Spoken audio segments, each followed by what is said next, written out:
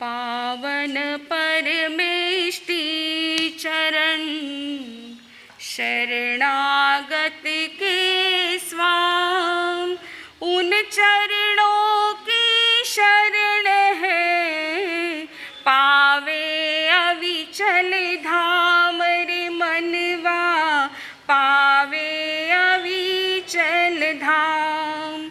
अष्टम अंग पुनीत है, अंतकृत अभिधान, ताके वाचन श्रवण से प्रगटे मुक्ति निधान रे मनवा, प्रगटे मुक्ति निधान। चरम तीर्थंकर श्रमण भगवान महावीर स्वामी के चरणों में हम सभी के अनंत अनंत वंदना।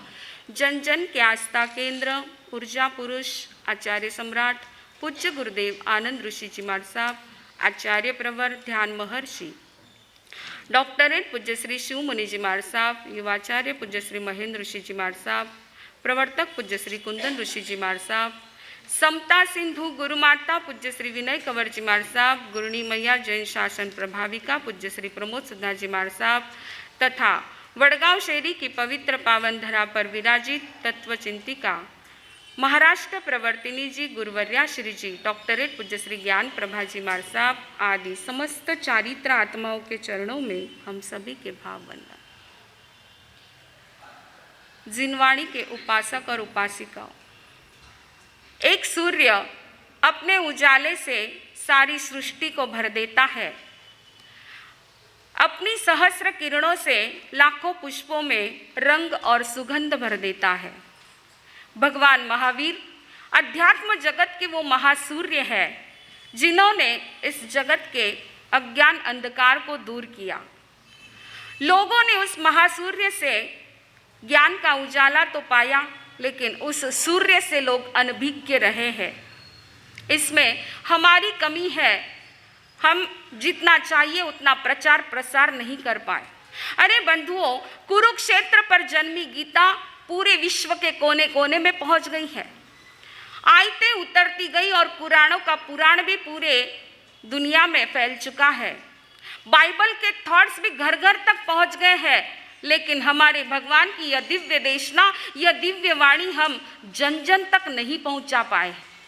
यह दिव्य देशना मात्र मंदिरों और स्थानकों तक ही सीमित हो चुकी है, हर घर तक नहीं पहुंची है।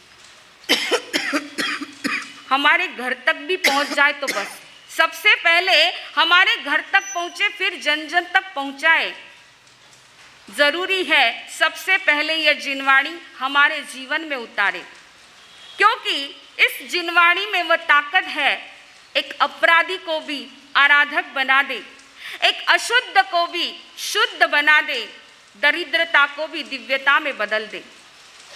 तो आइए ऐसे जिनेश्वर देव परमात्मा प्रभु महावीर की जिनवाणी श्री अंतकृत दशांग सूत्र का आज से हमारे यहाँ पारायण शुरू हो रहा है, क्योंकि आज से हमारे पर्व की शुरुआत हुई है। हमारा यह पर्युषण पर्व सामान्य पर्व नहीं, महापर्व है। हमारी भारतीय संस्कृति के अंदर देखिए, चारों वर्गों के वार त्योहार मिलकर के हिलमिल करके मनाए जाते हैं। फिर वो चाहे ब्राह्मणों का पर्व हो, वैश्यों का हो, क्षत्रियों का हो या शूद्रों का हो, हर पर्व हर त्योहार मिलजुल करके मनाए जाते हैं। मनुष्यों के ही नहीं, पशु पक्षी के त्योहार भी हमारे यहाँ पर मनाए जाते हैं। जैसे शीतला अष्टमी को गर्दभराज की पूजा होती है, तो नाग पंचमी को विषैले सांपों को भी दूध पिलाया जाता है, उनकी भी पूजा होती है। अरे बच्च बारस को बछड़े की पूजा होती है, तो पोले को बैलों की पूजा होती है। कहीं सूर्य है, समुद्र है, गौरी और गोगा है, पर्वत है, इन प्रकार के कई पर्वों को हमारी भारत में मनाया जाता है। परंतु हमारा पर्युषण यह मात्र सामान्य पर्व नहीं, महापर्व है। पर्युषण की व्याख्या करते हुए महापुरुषों ने बताया है, परि और उषण शब्द है। परि यानी चारों ओर से, और उषण यानी उपशमन करना, चारों ओर से हमारे कषायों को उपशमन करने का यह महापर्व है। इसलिए आइए इन पर्व में अंतगण दशांग सूत्र का वांचन किया जाता है। ऐसे तो आगम टोटल कितने हैं? 32 आगम है, जिसमें 11 अंग सूत्र, 12 उपांग सूत्र, 4 मूल, 4 छेद, आवश्यक सूत्र, ऐसे 32 आगम है। परंतु इन सब में 11 अंग सूत्रों में से 8वां अंग सूत्र है से अंतगण दशांग सूत्र, जिसका आज से आपने मूल पाठ को, तीसरे वर्ग के प्रथम अध्ययन तक के मूल पाठ को आपने श्रवण किया है। यहाँ पर एक प्रश्न होता है कि पर्युषण जैसे ऐसे महापर्व, बड़े दिन, और इन बड़े दिनों में अंतगण का ही वांचन क्यों? आचारांग है, भगवती है, ऐसे बड़े बड़े सूत्रों का वांचन क्यों नहीं किया जाता है? तो कह दूं कि जमाना शॉर्टकट का है, जमाना शॉर्टकट का है।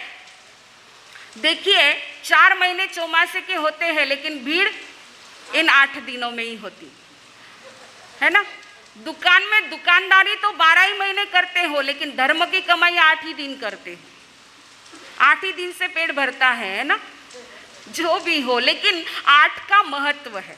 8 इस अंक का महत्व है क्योंकि 8 सिद्ध के गुण भी 8 है, हमारी आत्मा के गुण भी 8 है, कर्म भी 8 है, तो मंगल भी 8 है, प्रमाद भी 8 है, 8 और पर्व के दिन भी 8 ही है। इसलिए 8 का बड़ा महत्व है।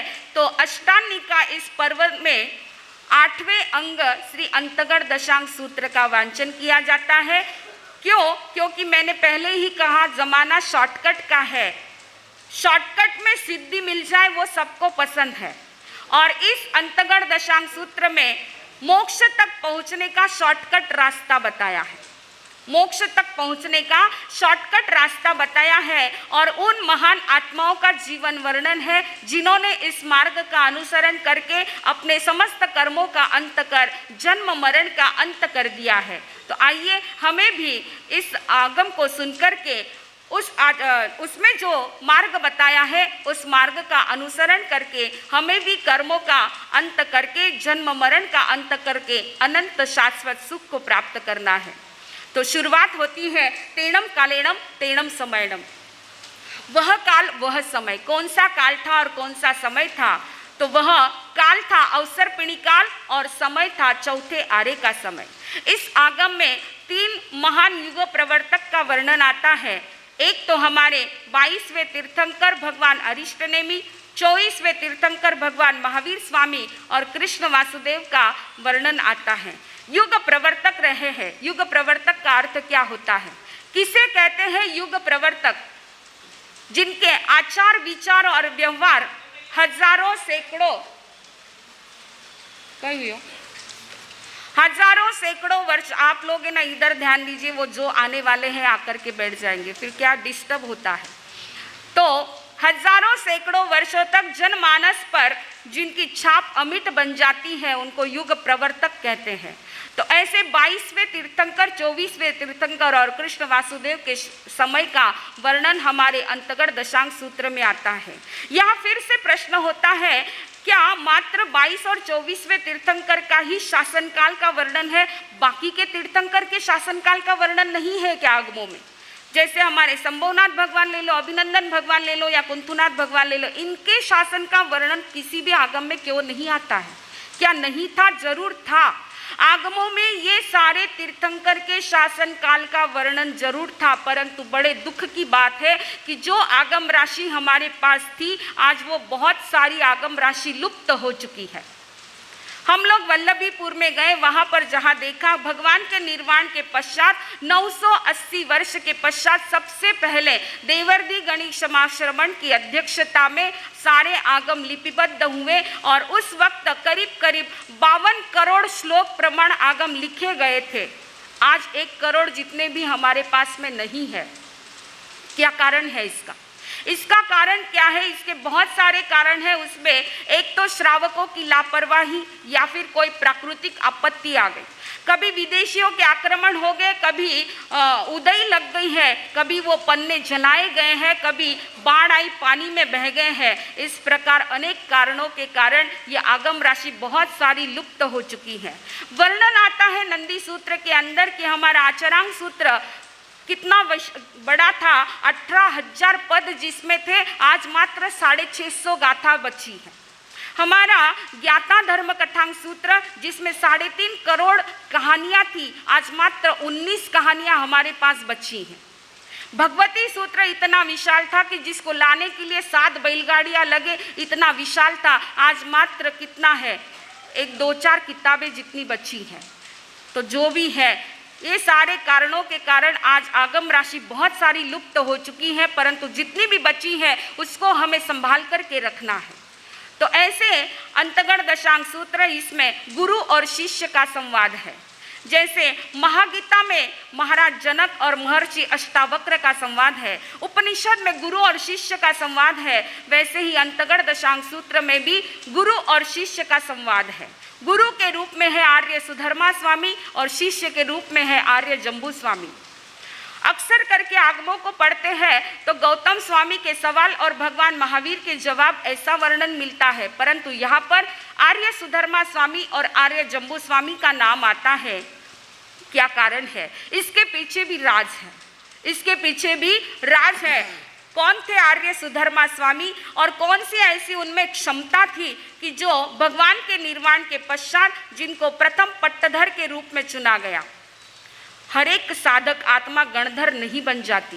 गणधर एक लब्धि होती है, जो लब्धि तीर्थंकर के चरण में दीक्षा लेने के पश्चात ही उद्घाटित होती है, प्राप्त होती है।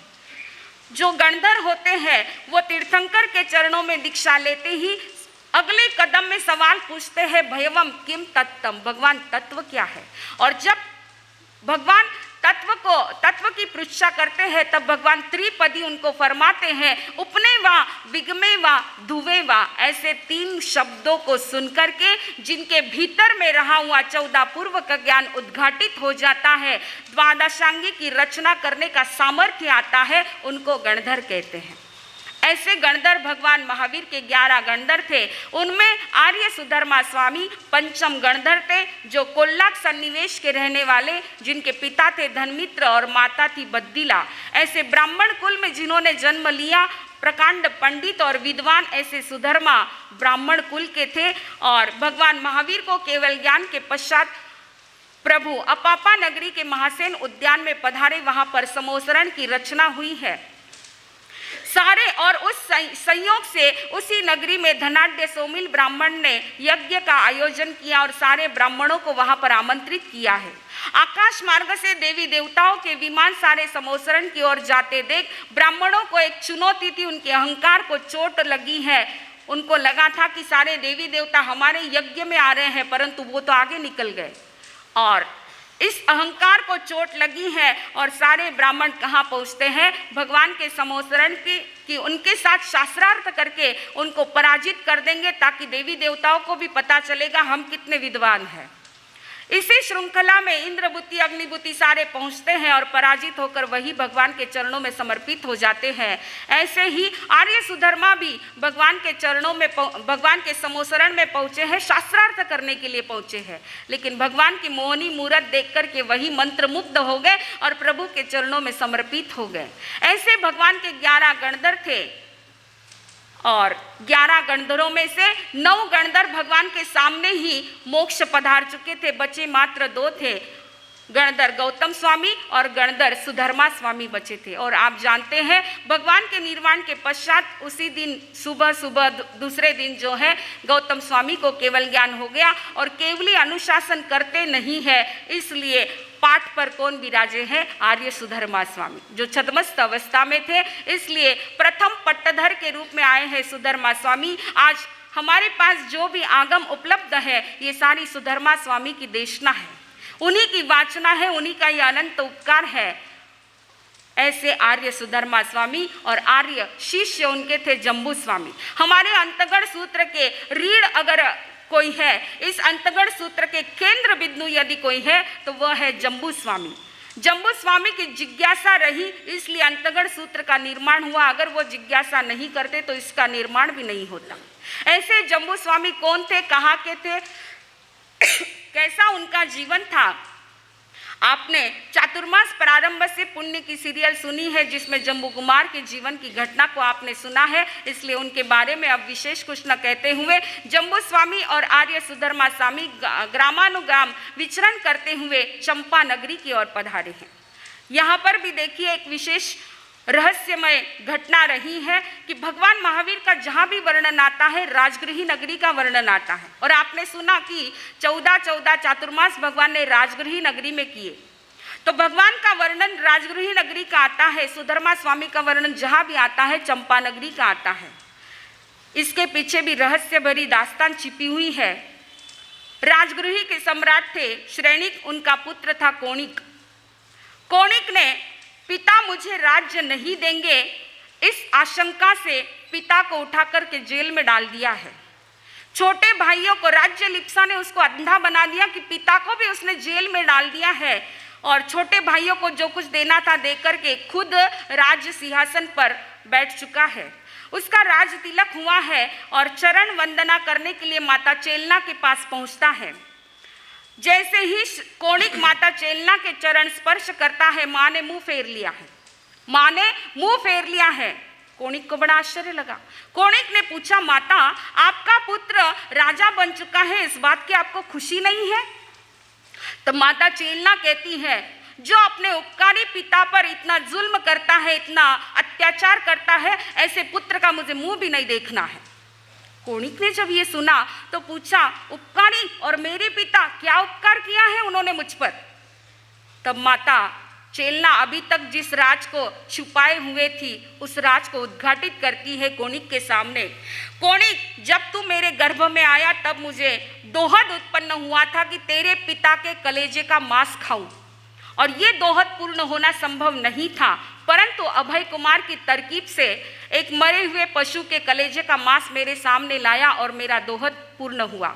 मैं स्वस्थ बनी। जन्म होने के पश्चात मैंने तुझे कचरे के ढेर पर फिकवा दिया था कि जो बच्चा जन्म से पहले ही पिता को खाना चाहता है, ऐसा बच्चा मुझे नहीं चाहिए। मैंने दासी को कहकर के तुझे कचरे के ढेर पर गांव के बाहर फिकवा दिया था। 3 दिन के पश्चात संयोग से तेरे पिता सम्राट श्रेणिक उधर से घूमते हुए निकले। तेरी रोने की आवाज सुनी कचरे के ढेर पर। सहज रूप से ध्यान गया, देखा तो इतना सुंदर बालक है। उठाया, देखा तो तेरी उंगली में मुर्गे ने काट लिया था और उस उंगली में पस भर चुका था। वेदना हो रही थी, तू चिल्ला रहा था, रो रहा था। तेरे पिता ने तुझे उठा करके तेरी अंगुली में से जो पस था वो होठों से, अपने कोमल होठों से चूस करके बाहर निकाला और तू स्वस्थ बना और तुझे जीवन दान दिया है। इतना उपकार तेरे पिता ने तुझ पर किया है, और ऐसे पिता, उपकारी पिता के ऊपर तू इतना जुल्म करता है, धिक्कार है तुझे, चला जा यहाँ से। जब माता के मुंह से ये रहस्य भरी दास्तान सुनी, कोणिक वहीं पर रोने लग गए हैं, बिलक बिलक कर रो रहे हैं। मेरे पिता ने इतना उपकार किया है, मुझे पता नहीं था। मैं अभी जाता हूँ, क्षमा मांग कर के आता हूँ और उन्हें के हथकड़ी से मुक्त करवाता हूँ। जेल में जो पिता को बंद करके रखा था, और मात्र बंद करके नहीं रखा, रोज रोज 100 कोड़े मरवाता था। हाथ में तलवार लेकर के, अभी कहाँ किसी लुहार को देखूं, तलवार लेकर के निकला है कि तलवार से मैं बेड़िया तोड़ दूं और पिता को मुक्त करूं। इस भाव से वो दौड़ता हुआ जा रहा है। सामने से जेल में बैठे हुए श्रेणिक ने जब देखा कि कोणिक आ रहा है और हाथ में नंगी तलवार लेकर के आ रहा है, श्रेणिक ने देखा रोज तो इतनी तकलीफ देता है, इतने कोड़े मरवाता है, इससे भी इसको संतुष्टि नहीं है। आज ये खुद मुझे मारने के लिए आया है, इसके हाथों से मुझे मौत मंजूर नहीं है, मैं खुद मर जाऊंगा। और हाथ में जो हीरे की अंगूठी थी उसका हीरा निकाल करके खा लिया है। कोणिक वहां पहुंचते पहुंचते श्रेणिक की जीवन लीला खत्म हो गई। कोणिक रोने लगा है, पिताजी ये क्या किया? एक क्षमा मांगने जितना भी समय नहीं दिया है। पिताजी मुझे माफ़ कर दीजिए, मुझे माफ़ कर दीजिए। मैंने बहुत अन्याय किया है, मैंने बहुत अत्याचार किया, पुत्र होकर के मैंने आपके साथ इतना गलत सलूक किया है, मुझे माफ़ी भी मांगने का समय नहीं मिला है। उसने पिता के अंत संस्कार किए। अब राजगृही में उसका मन नहीं लगता है। चारों तरफ दीवारों से आवाज आती है, तू हत्यारा है, तू पितृद्रोही है, तूने पिता को खत्म किया है। इस प्रकार उसका मन नहीं लगता है। वह मन बहलाने के लिए राजगृही से बाहर निकला। वन भ्रमण करने के लिए निकला है और एक चंपक वृक्ष के नीचे बैठा है। वहां उसे अध्यवसाय हुआ, एक भाव हुए कि अब मैं राजगृह में रह नहीं सकता हूं, मैं एक नई नगरी का निर्माण कराऊंगा। मंत्री से बातचीत की है और वहीं पर शुभ मुहूर्त देख करके उसी चंपक वृक्ष के नीचे बैठे हुए जमीन खोदी है, गड्ढा खोदा है, तो उस गड्ढे में से हीरे निकले हैं। यह शुभ जानकर के उन्होंने वहां पर नगरी का निर्माण किया है और उस नगरी का नाम चंपा नगरी दिया है। इस प्रकार यह चंपा नगरी, कोणिक राजा जहां पर राज्य करता था, उस नगरी में उत्तर पूर्व दिशा में जो है पूर्णभद्र नाम का चैत्य था, वनखंड था। इस प्रकार का वर्णन आता है। आर्य सुधर्मा स्वामी, आर्य जम्बू स्वामी विचरण करते करते उस उद्यान में पधारते हैं। सारी नगरी को यह आगमन की सूचना मिलती है। सभी लोग वहां पर दर्शन वंदन एवं देशना श्रवण करने के लिए पहुंचते हैं। सुधर्मा स्वामी देशना फरमाते हैं। देशना सुनकर के सारी परिषद अपने अपने घर लौट गई है। उसके पश्चात आर्य जम्बू स्वामी, आर्य सुधर्मा स्वामी के चरणों में पहुंच करके वंदन नमन करते हुए अपनी जिज्ञासा व्यक्त करते हुए कहते हैं, भगवान उपासक दशांग सूत्र के भाव मैंने आपके श्रीमुख से सुने हैं। अब अंतगण दशांग सूत्र में प्रभु ने क्या भाव फरमाए हैं, आप फरमाने की कृपा कीजिए।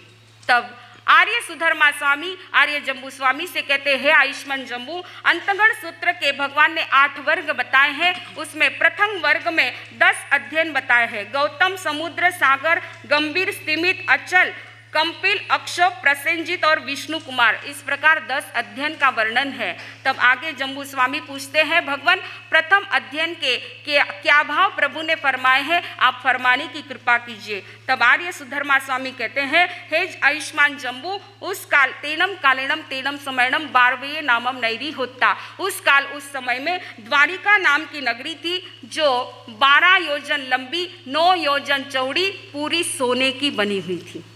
द्वारिका नगरी पूर्ण सोने की बनी हुई थी। साक्षात अलकापुरी, इंद्र की अलकापुरी के समान अत्यंत सुंदर यह नगरी थी।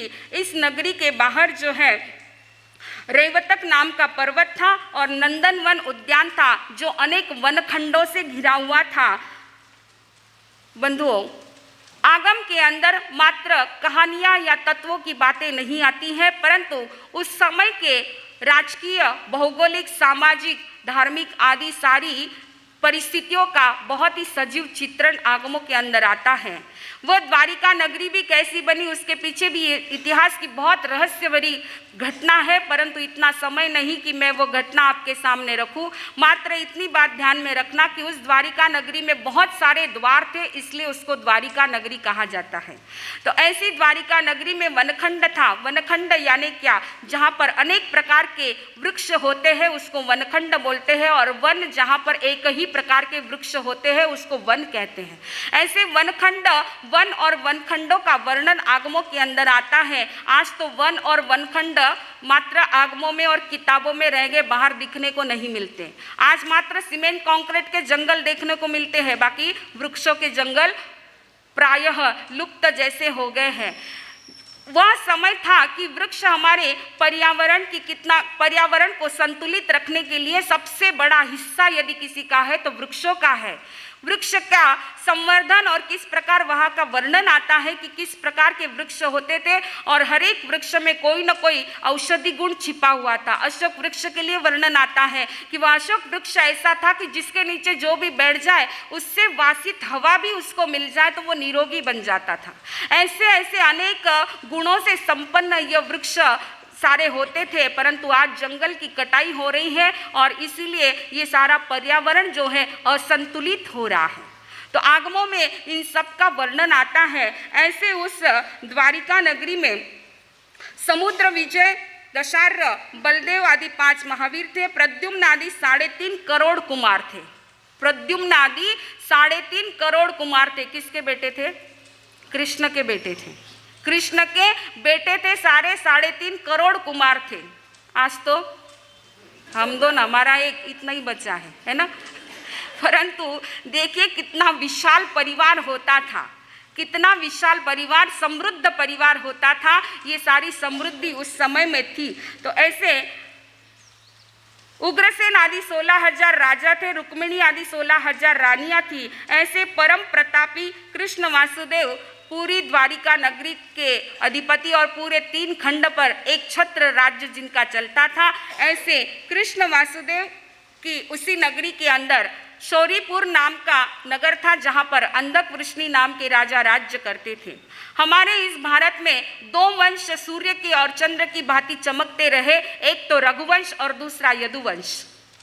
इस रघुवंश की भी विशेषता रही है और यदुवंश की भी विशेषता रही है। इसमें समुद्र विजय नाम के राजा, जिनके 4 पुत्र थे, भगवान अरिष्टनेमि, रथनेमि, सतनेमि और दृढ़नेमि, ऐसे ये 4 पुत्र थे जो इस इतिहास में चमक चुके हैं।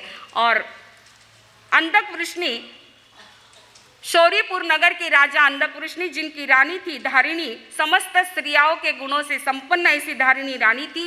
एक समय अपनी सुख शैया पर सोई हुई थी, उसने शुभ स्वप्न देखा। स्वप्न देख कर के जागृत होती है, अपने पति के पास, राजा के पास जाकर के अपने स्वप्न को कहती हैं। उसका शुभ फल सुनने के पश्चात यथा समय सुंदर से सुकोमल कुमार को उन्होंने जन्म दिया है, जिसका नाम रखा है गौतम कुमार।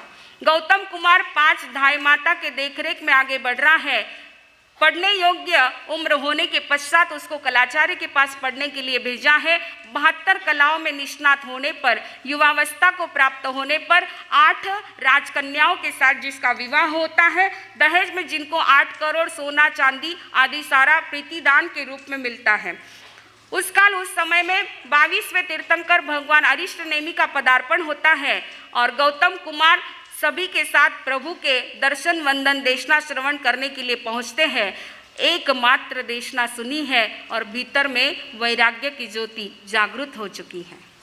भीतर में वैराग्य की ज्योति जागृत हो चुकी है और प्रभु से कहते हैं, भगवान अपने माता पिता की आज्ञा लेकर के मैं आता हूँ, आपके चरण में दीक्षा लेकर के मैं आत्म कल्याण करना चाहता हूँ, आप मुझे दीक्षा का दिव्य दान दीजिए। प्रभु ने कहा, आहा स्वयं देवाणु पिया माँ परिबंध करे हैं।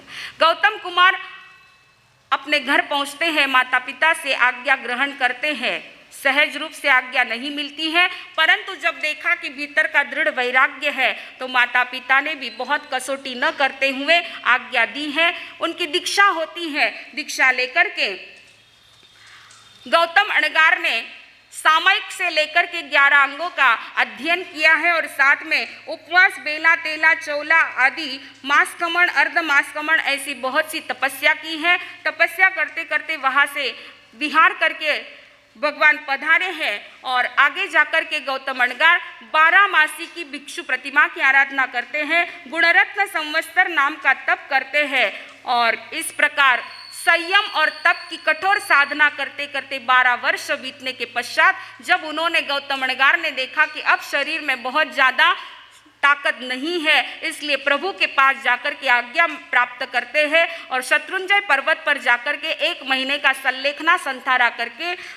समस्त कर्मों को नष्ट करके सिद्ध बुद्ध और मुक्त होते हैं। इस प्रकार इस प्रथम अध्ययन के ये 10 प्रथम वर्ग के 10 अध्ययन फरमाए हैं। दूसरे नंबर पे है समुद्र कुमार, सागर कुमार, गंभीर कुमार, स्तिमित कुमार, अचल कुमार, कंपिल कुमार, अक्षोक कुमार, प्रसेनजीत और विष्णु कुमार। बाकी सबका वर्णन गौतम अणगार के समान ही है। इसी प्रकार वो दीक्षा लेते हैं। दीक्षा लेकर के 12 वर्ष तक संयम की परिपालना करके सिद्ध बुद्ध और मुक्त होते हैं। तो ये पहले वर्ग का अध्ययन हमने सुना है। अब आगे के वर्ग के क्या भाव है अवसर आने पर हम देखेंगे। बोलिए भगवान महावीर स्वामी।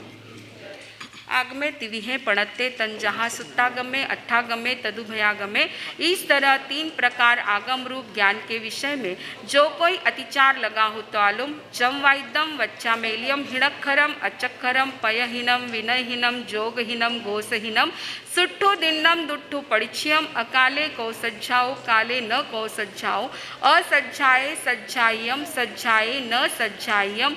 भणता गुणता विचारता ज्ञान और ज्ञानवंत पुरुषों की अविनय आशातना की हो तो तत्सम